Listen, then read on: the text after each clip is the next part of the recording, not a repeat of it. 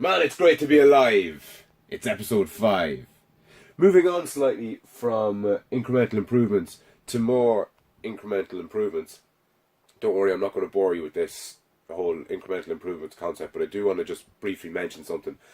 And it's just my own personal experience that has kind of happened by accident with this solo podcast series that I'm doing. I basically got the idea into my head.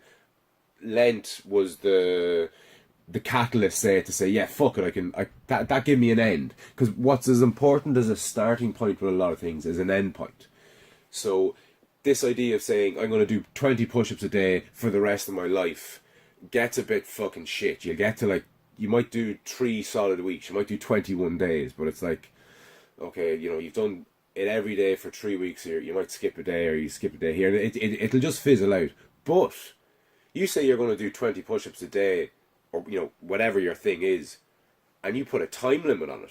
That means that come 21 days, you're like, fuck it, man, I'm more than halfway through. I'm over the hump. It's better to fucking finish it than give up now. It's like this idea of swimming 3/4 of the way somewhere, getting tired and swimming back. Fuck it, it's easier to finish it than it is fucking go back. Not a perfect analogy, but you get the sentiment. So that's just one point. The importance of starting, obviously, nothing's more important than starting. But putting an end point on something and then reassessing the situation. So maybe you'll get to the end of this 40 days and you'll say to yourself, right, I did great. I probably did 35 out of the 40. Right, what's next? Will I up it slightly? Maybe you'll up it slightly. Maybe you'll do more of the same thing. And maybe you should do it for 20 days. Or maybe run with the 40. Maybe 40 is the right number. The number will differ for different people, I suppose. But pick a number, not to finish on, or maybe to finish on, but maybe to reevaluate. So at the end of the 40, maybe and in relation to my own specific podcast, just using that as a kind of a tangible example, maybe I'll get to the end of this 40 days and say, look, it's too much. I can't be at this fucking every day. Jesus Christ, it's too much of a strain. Maybe it won't be working from my audience's viewpoint. Maybe it's too much. Maybe it's not enough. Maybe they're too long to be daily episodes. Maybe they're too short. What would be better? Would an hour-long one every 2 days be more beneficial to me and to the audience and to progress what it is that I'm trying to do? Or would what I'm doing, the half hour thereabouts every day, would that be preferable? Another thought, and I'd like to hear a bit of feedback on this just to see what people think, but another thought that I've had is to not sit down and do a half hour one, but just to sit down and basically dedicate the same amount of time I would to a conversation. So, 3 or 4 hours, which essentially equates to 4 or 5 hours between converting it to a video to put it onto YouTube, uploading it in the first place, and getting the imagery and just the few bits and pieces that I have to do. It's fucking time consuming, in no small part due to how shit I am at doing all this kind of stuff. It's all very new. But the idea of setting aside that kind of length of time is that I could sit down and just talk. So do what I've been doing every day for the past couple of days. Only I won't have it in my head to finish up in half an hour. I'll have freed up the space in my day to do it for say 2 hours. So I'll just basically go on a fucking 2 hour long rant, which I reckon I could pull off. If the last couple of mornings ranting to go by, who knew I had fucking so much to say. But anyway, if I was to set aside 2 hours and do the 2 hours, but what I might do then is cut it into 4 half-hour chunks. And what I might do is set a timer to go off every 30 minutes. So as I'm recording, a timer will go off. I'll just silence it. But that'll kind of keep it in my head, right, I have to wrap this up for the episode and finish my point and then maybe put a marker on the audio. And then keep talking till the next alarm goes off. I know that I'm conscious that's going off. Put a marker on when I kind of end it. The idea being that I upload that over 4 days, and it would almost be like a soap, like Coronation Street or something. It would be something that you would have to almost keep up with, Because I think the people that are really enjoying these conversations are listening to them on a daily basis. At least that is what the kind of analytics would suggest. They might be a day behind, but they're not, reading the blurb and going, oh no, I won't bother with that one. I'll catch, the next one that interests me. There's a certain amount of that going on, and each to their own. But the vast majority of people, and the people who I'm trying to serve, who are essentially the people who seem to be really getting what it is that I'm trying to do, they're listening on a daily basis. So maybe if you kind of finished a half-hour section, you might be going, oh fuck, what's the next bit? Or and there might be a real enthusiasm. Not an artificial enthusiasm, but a amplified or magnified enthusiasm to. I don't know. Maybe that's just me fucking with it. But again, the whole point is by the end of the 40 days, I'll have either gotten feedback from you guys, or I'll have straightened it out in my head a little bit more as to what's the best way to continue. For now, I've said it from the start, I've committed to doing the solo podcast every day, so it's going to be another 36 days of the last 4, basically. But this is the incremental improvements that I keep fucking talking about. This is where it's at. I could have said, right, at the end of the month, I'll have prepared myself and I'll be ready to do a solo podcast. And I'll put that one up and we'll see how it goes from there. Maybe in fucking 6 months' time I'd have done 4 solo podcasts, as opposed to at the end of the 40 days having done 40.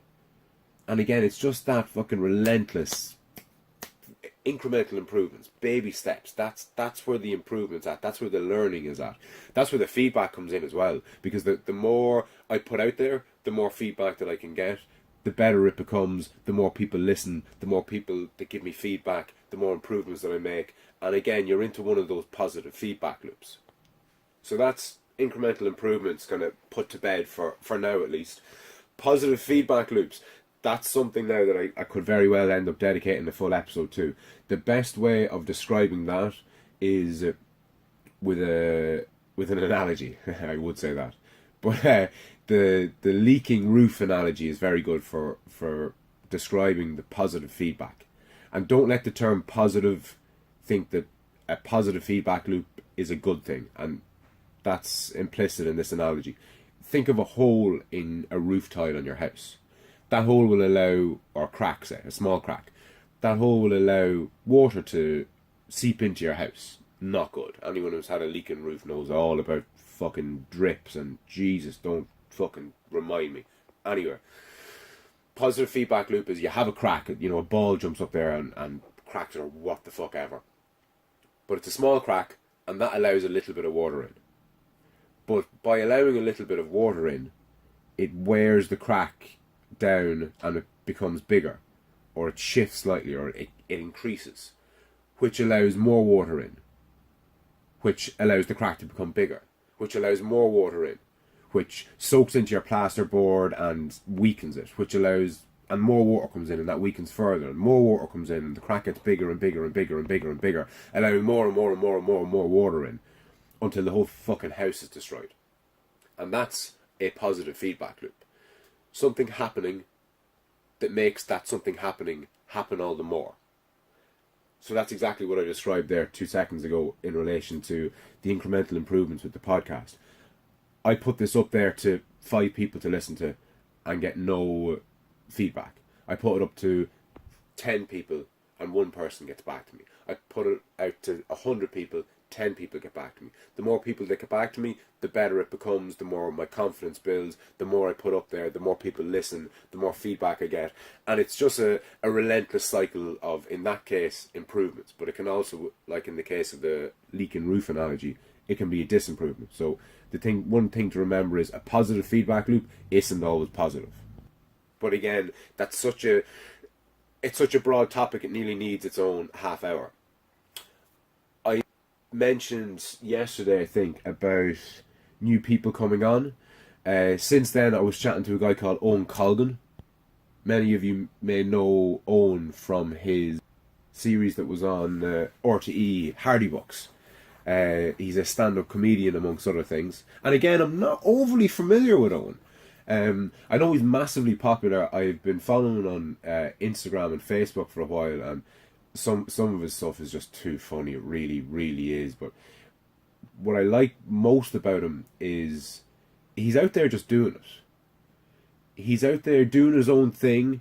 I've seen him do kind of, I suppose what you could call a lot of original stuff, just ideas, and he just seems to be himself. He's not this kind of tired, boring, standard, out of a factory stand-up comedian that you see so much of. He seems to have I don't know, an edge to him. But I don't want to get too deep into him because I appreciate that the majority of my audience aren't going to be that familiar with him. So as always, I want to be on relatively the same page as my audience when I'm talking to somebody. So there's no point in me, or at least I don't like the idea of me going down an Owen Colgan-shaped rabbit hole, listening to a load of interviews that he's done, reading whatever he's written, going through all his material, going to a couple of his shows, and really getting a handle on him, and then talking above and beyond people when I get him on. I want to talk to him from a point of ignorance, just like the people listening. But another interesting thing about Owen is he'd have quite the following. I think he's 100,000+ people following him on Facebook. So that's a massive reach. Huge, colossal, enormous reach in comparison to what I'm talking. Like, Jesus, I've 185 people following me on Facebook. So orders of magnitude more popular than myself.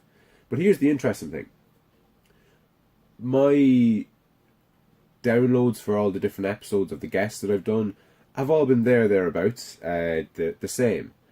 And I was very excited about getting Anthony Murphy on because he is, I think, 40,000+ people following him on Facebook. Again, a colossal amount of people who are essentially hanging on your every word to a degree. And I was really excited. So as soon as I hit upload, I was, that psychotic, egotistical element of my being was, refreshing the stats. And Jesus, if I didn't refresh the stats, who'd refresh the stats? And, how many people, how many eyeballs have I got? How many click-throughs has I got? How many downloads has I got? And that's a part of myself that I have to kind of really focus on and give a bit of attention to, because I'm far too hung up on how many people are downloading, how many people are listening, what's the completion rate, are people listening to the end? And I've an obsessive personality, I suppose, or at least part of my personality. I'm an obsessive enough person, so that partly explains it. I have an ego like everybody else does, so that's part of it. But I really need to get a handle on it because it's getting a bit much. The phone is in the hand and I'm refreshing far too fucking much. Far too much. As I think we all do to more or less the same degree.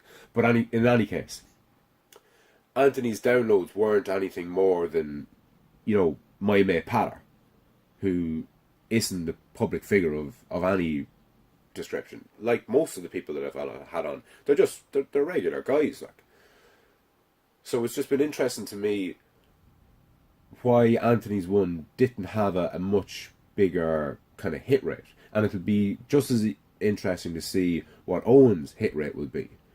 Because one of the beauties, it's kind of an unintentional bonus of sorts with regard to interviewing people or having conversations with people. Every time you get a new guest on, you tap into all the people that they're going to attract. So I think I have something like 400 friends on Facebook, friends in inverted commas. So when I posted my original couple of conversations onto Facebook, that was the pool of people that were exposed to it. But it was my friends and the friends of my guest. So every time I get on a new guest, you're kind of opening yourself up to a new audience to a degree, which is great. And again, that positive feedback loop with every new episode, obviously with a guest that comes on, you're feeding that, and you're growing your fan base or audience or listeners or whatever the appropriate term there is for the people listeners probably.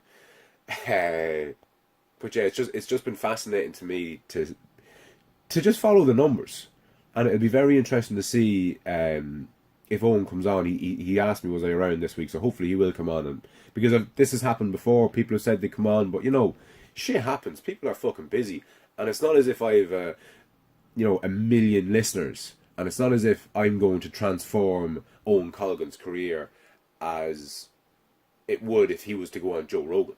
Like, I heard some fucking insane stat recently. I must double check it to verify it, but and I might have even mentioned this already, and this is another thing, it's hard for me to kind of recall what I have or haven't said, especially with these solo episodes.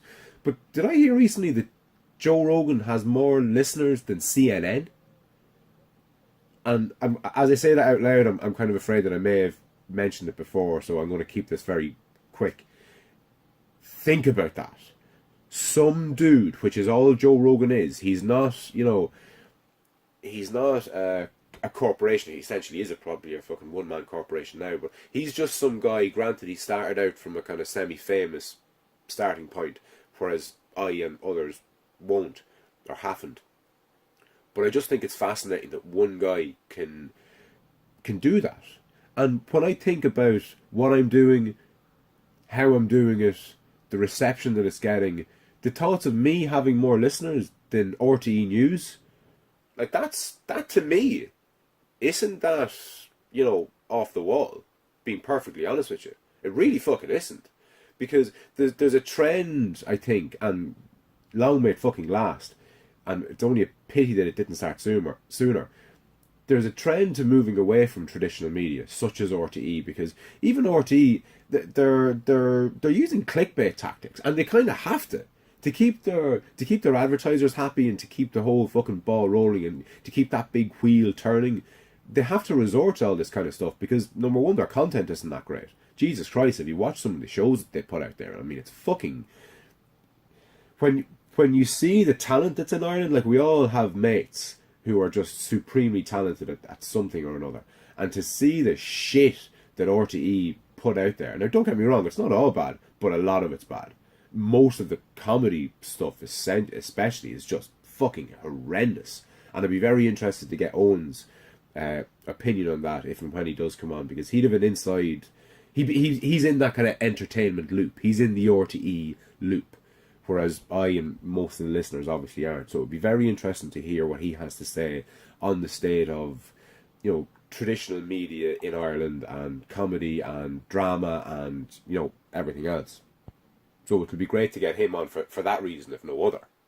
Speaking of guests that I'm due to get on, Anthony rejoins me tomorrow evening. So that'll be up either tomorrow evening, most likely Tuesday morning. Put it this way, come Tuesday lunchtime it'll be up. So for those of you that are on the ball enough to be listening to the podcast on a daily basis and on a Sunday, let me know what you'd like to hear Anthony speak more about. Maybe you've got a specific question to ask him. Maybe I'll do this. Maybe in future I'll give people a heads up as to who I'm coming on, and I'll put it out there, what would you like to ask?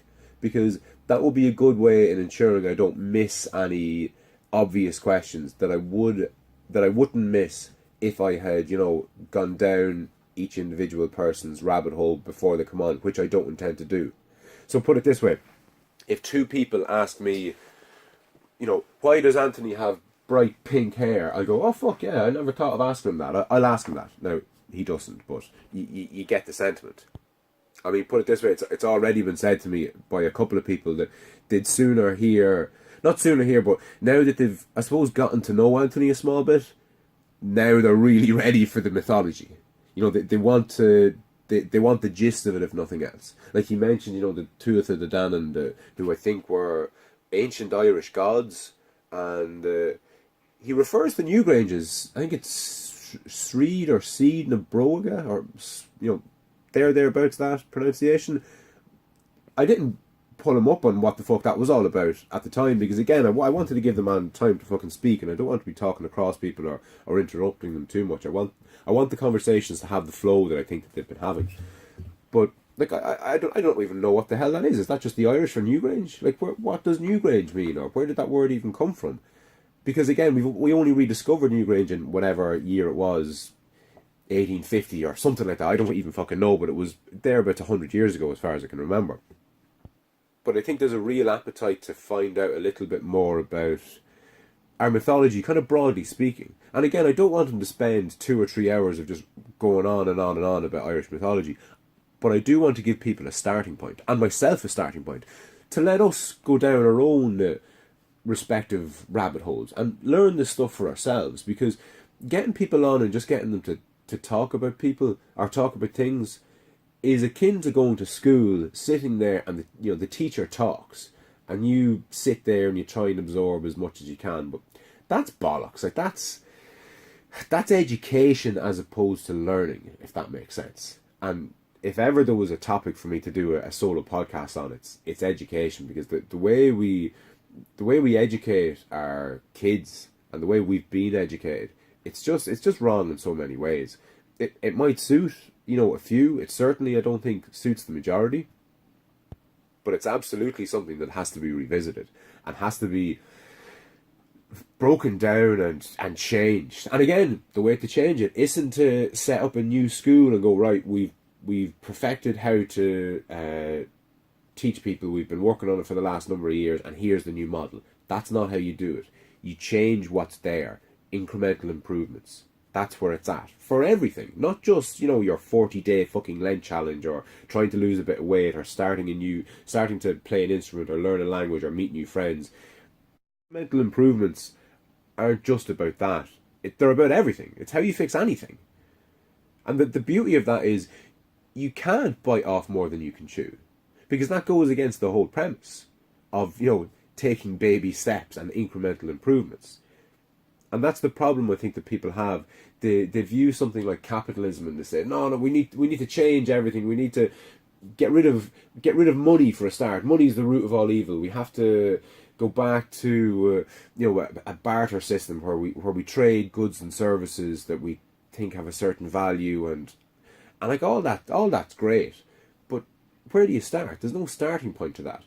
In order to do that, you have to theoretically perfect how it's going to work and then try as best you can to implement it.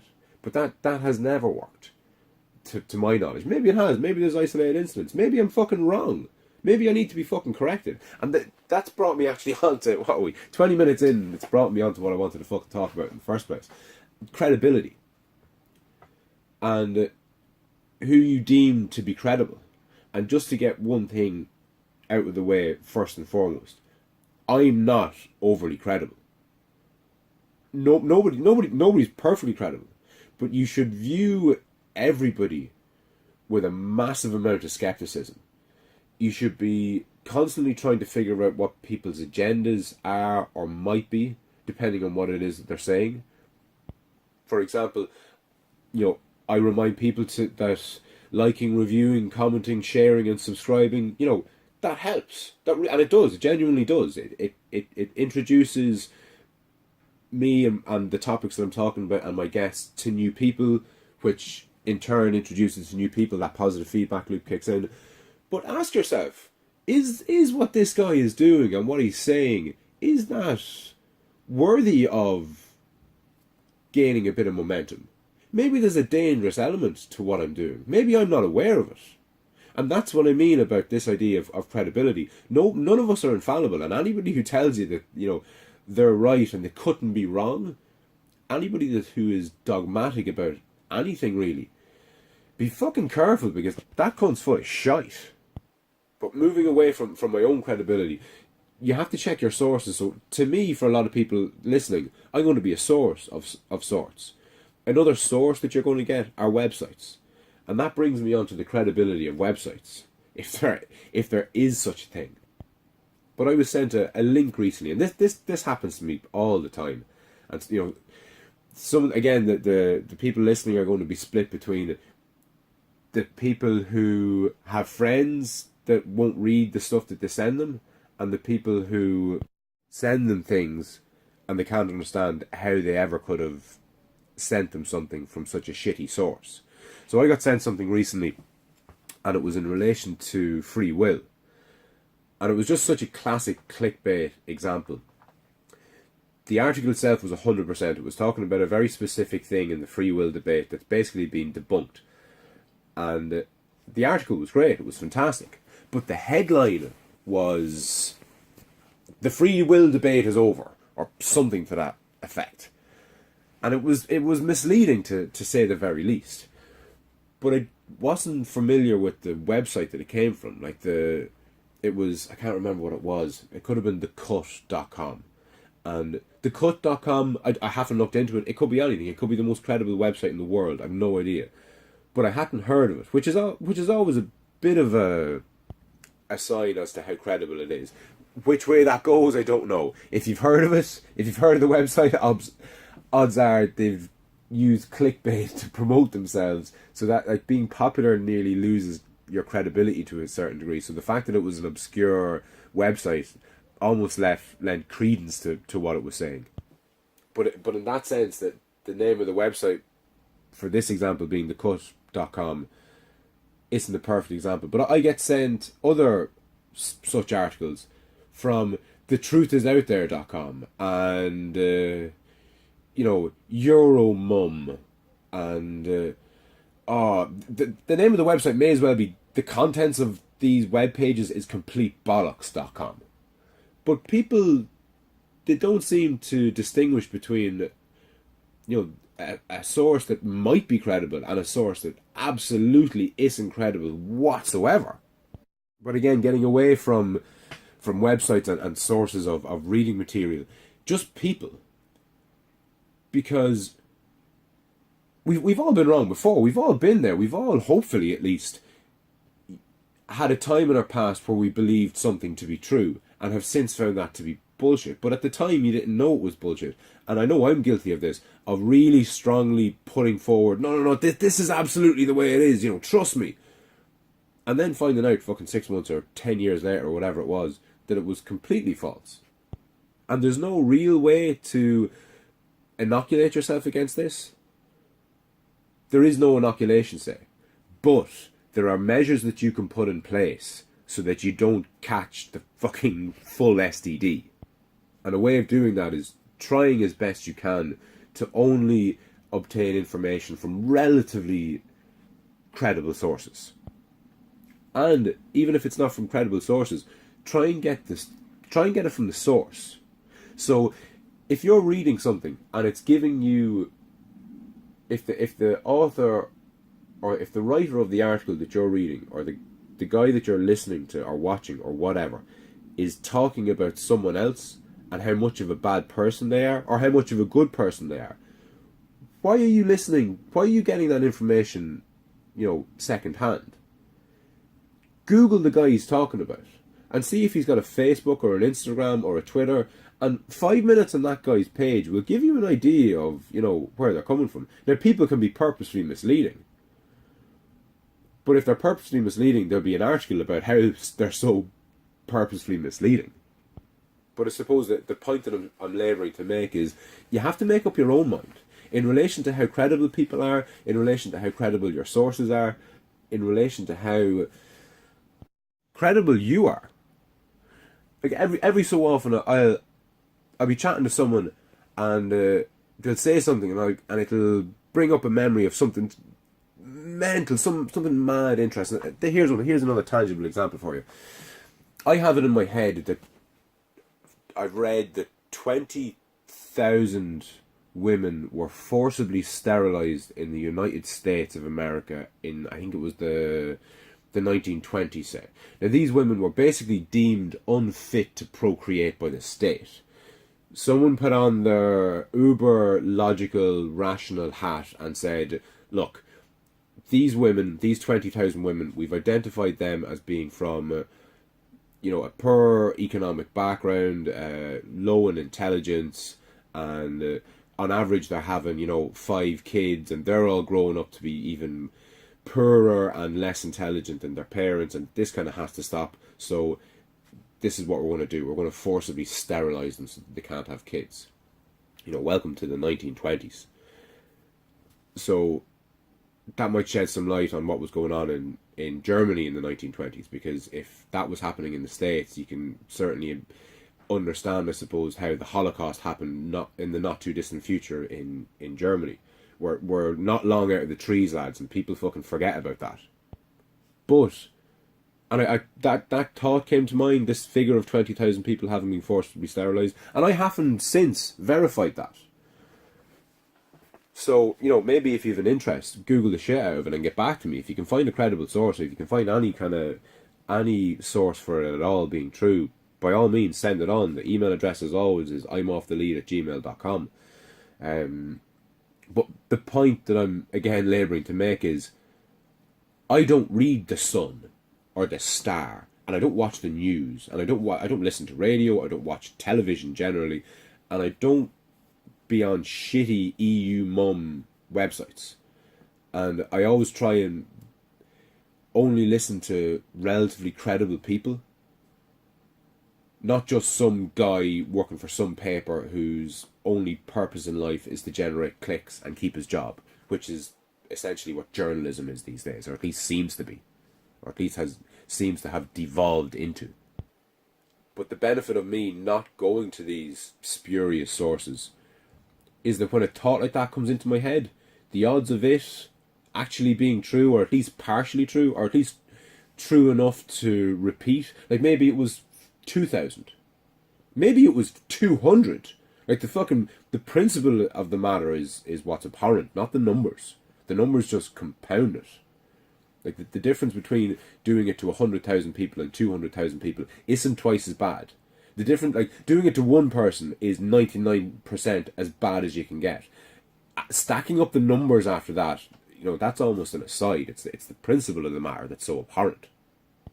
The point being, though, that if you're going to less than credible sources all the time, you're building up a skewed reality, essentially. And if your sense of reality is skewed, how the fuck are you ever supposed to, kind of go forth and prosper? So on that somewhat depressing note, keep liking, sharing, commenting, subscribing, telling your friends, starting the conversation, keep the conversations going. Please, by all means, let me know your thoughts. Just, a fucking email to saying, I'm enjoying it, keep it up. That kind of shit goes a long way, and you're really contributing. And I've said this before, and I really want to get this kind of notion to catch on. Two things, actually. Number one, first and foremost, that this is not just a podcast. And secondly, if you're only listening, you're missing the fucking point. You have to get engaged. And by getting engaged, I don't mean that you have to, share it online share it online, or like it, or subscribe to it, or any of that shit. You need to embody it. You need to live it. You need to make little changes, even if you're not telling people about what you're doing, or who you're listening to, or how you're getting on, or how much you love it or hate it, or whatever. You need to embody what it is that I'm talking about, because if you're just listening to it, again, you're missing the whole point. So, as I kind of signed off yesterday almost accidentally, get up and get fucking after it. And I'll chat